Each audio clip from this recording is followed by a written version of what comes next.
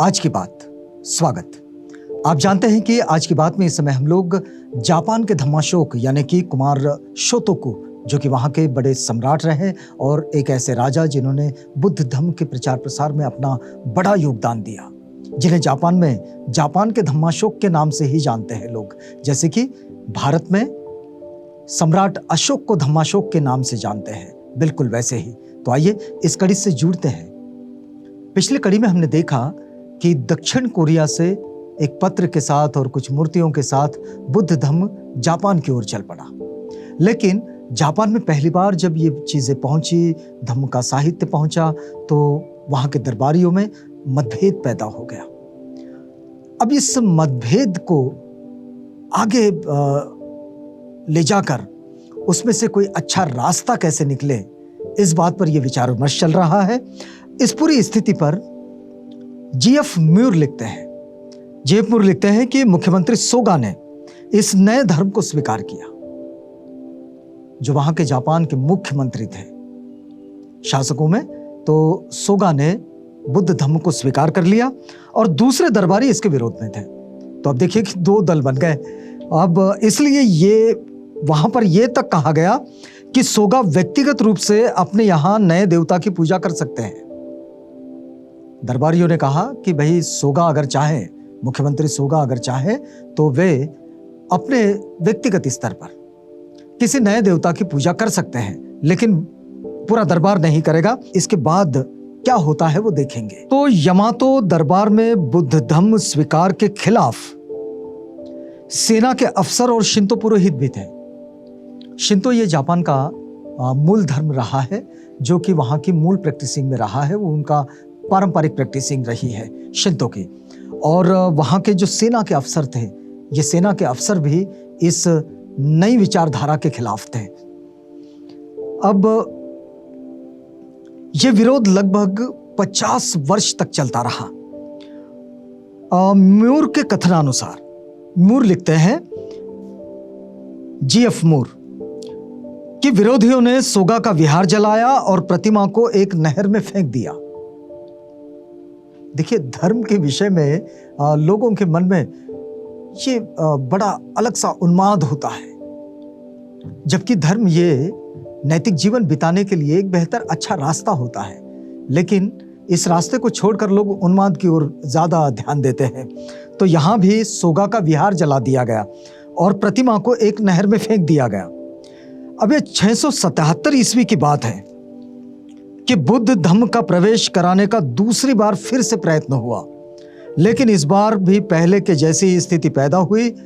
Mur इस पर भी कुछ लिखते हैं। वो कहते हैं कि सोगा बुद्ध धम्म का समर्थक था, ये मूर कहते हैं।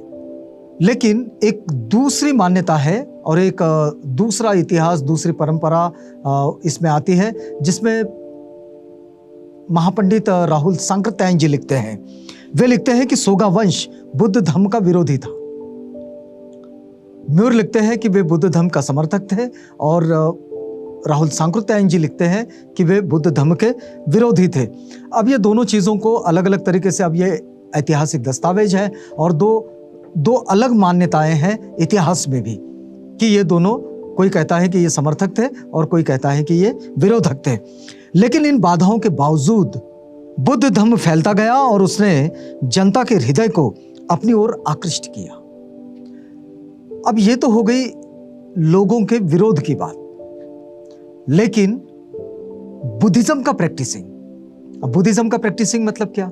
अभी इस बात का तो कोई ठीक ठाक व्यक्ति ना हो वो ही विरोध करेगा कि कोई हिंसाचार करे। भाई, हिंसाचार का कोई समर्थन करेगा? झूठ का कोई समर्थन करेगा? चोरी का कोई समर्थन करेगा? व्यभिचारी होने का कोई समर्थन करेगा? या फिर नशीली चीजों के प्रमाद में फंस जाने का क्या कोई समर्थन करेगा?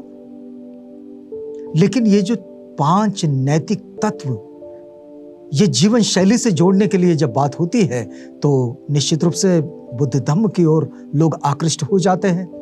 तो बुद्धिज्म में ये जो प्रैक्टिसिंग बुद्धिज्म में ये जो बात रही, इसकी ओर जापान के वे लोग जो इस झंझट में नहीं पड़े कि कौन सही था कौन गलत था, किसको क्या मानना है क्या नहीं मानना है, कौन किसका विरोधी है कौन किसका समर्थक है, इस झंझट में वो नहीं पड़े और वे सीधे बुद्ध धम्म की ओर उसकी प्रैक्टिसिंग से जुड़ गए और उसकी ओर आकृष्ट हो गए।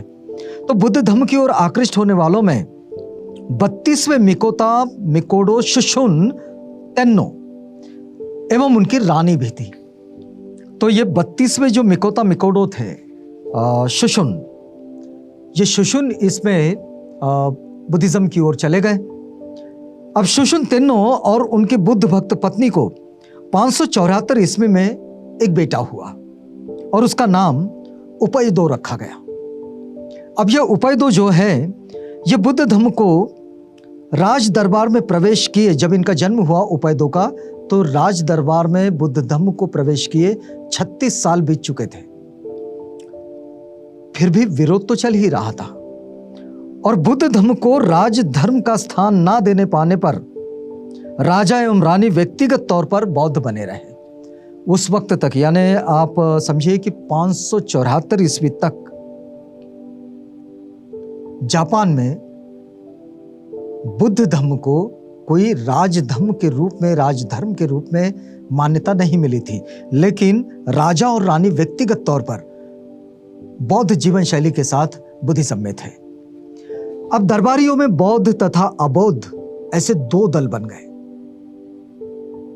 सामान्य रूप से बुद्धिज्म को मानने वालों का एक दल हुआ और उनके विरोध का दूसरा दल, जो कि परंपरा से उनका जो धर्म था उसे मानते थे। वे प्रगति एवं उन्नति के पक्षधर बौद्ध दल, इन्होंने अपनी शक्ति को दृढ़ करना शुरू किया और ये अपनी शक्ति को दृढ़ करते रहे। 592 ईस्वी में सम्राट शुशुन की मृत्यु हो गई। 592 में शुशुन की मृत्यु हो गई। उनकी मृत्यु के संदर्भ में ये बात कही जाती है कि सोगा जो थे, सोगा ने ही उन्हें जहर दे दिया था।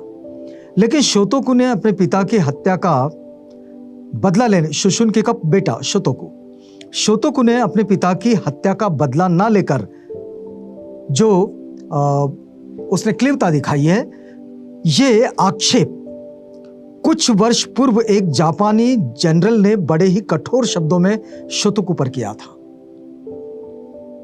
ये जनरल ने, जो मिलिट्री का अफसर था, उसने ये आक्षेप लिया कि शोतोकु ने अपने पिता शुशुन की हत्या का बदला क्यों नहीं लिया। अब इस पर जापान में उसका ऐसा विरोध हुआ कि जनरल को अपने पद से हटना पड़ा और सोगा ने केवल शुशुन की हत्या ही नहीं की, बल्कि उसके पुत्र शोतोकु को राजगद्दी से वंचित करके उसकी जो चाची थी सुई, उसे गद्दी पर बिठा दिया।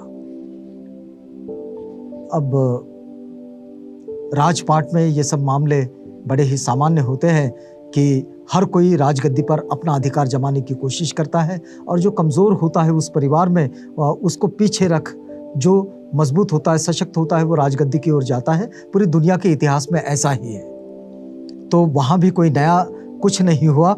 वहाँ सुई, जो कि शोतोकु की चाची थी, उसे राजगद्दी पर बिठा दिया गया और 19 वर्ष की अवस्था में शोतोकु ये उपराज बने।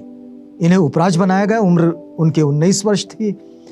योग्य एवं शक्ति संपन्न होते हुए भी शोतोकु ने यह अन्याय क्यों सहा, इसका उत्तर एक ही हो सकता है कि वो बचपन से अपने माता पिता के साथ बुद्धिज्म की प्रैक्टिस में था और बुद्धिस्ट ये व्यक्तिगत महत्वाकांक्षी नहीं होते हैं। जहां ऐसी महत्वाकांक्षा जो कि स्वार्थपूर्ण आकांक्षाओं की ओर लेकर जाती है, तो ऐसे स्वार्थपूर्ण आकांक्षाओं की ओर बुद्धिस्ट लोग नहीं झुकते। ये बौद्धों की विशेषता है, उनके जीवन शैली की।